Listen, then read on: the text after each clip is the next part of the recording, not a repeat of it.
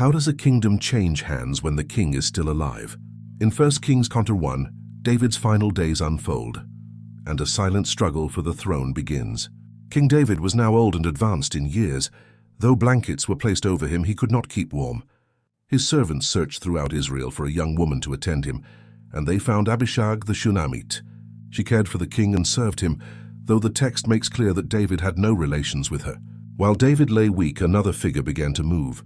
Adonijah, son of Haggith, exalted himself, saying, "I will be king." Like Absalom before him, he prepared chariots, horsemen, and 50 men to run before him.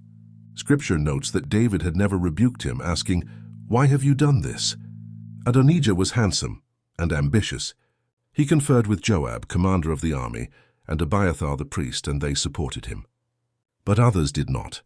Zadok the priest, Benaiah son of Jehoiada, Nathan the prophet, Shimei, Ray, and David's mighty warriors refused to join him. Adonijah held a feast at the stone of Zoheleth, near Enrogel. He invited his brothers, the king's sons, and the royal officials of Judah. But he did not invite Solomon, nor Nathan, nor Benaiah, nor the mighty men. Nathan the prophet recognized the danger. God had promised that Solomon would reign after David. If Adonijah succeeded, Solomon's life and his mother Bathsheba's would be at risk. Nathan went to Bathsheba and instructed her to approach David. She entered the king's chamber, bowed before him, and reminded him of his oath, that Solomon would sit on his throne after him. She warned him that Adonijah had already declared himself king. While she spoke, Nathan entered and confirmed her words. Together they awakened David to the urgency of the moment. David responded decisively.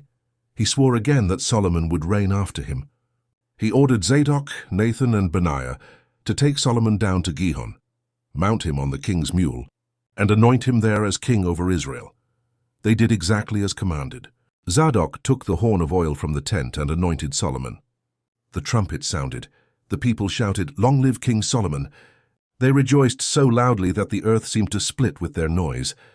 Back at Adonijah's feast, the celebration was interrupted. They heard the trumpet and the shouting. Soon Jonathan, son of Abiathar, arrived with the news. David had declared Solomon king. Fear seized the guests. One by one they slipped away. Adonijah himself fled and took hold of the horns of the altar, seeking mercy. He feared Solomon would execute him. Solomon, newly established but not yet hardened, offered conditional mercy. If Adonijah proved himself worthy, not a hair of his head would fall to the ground.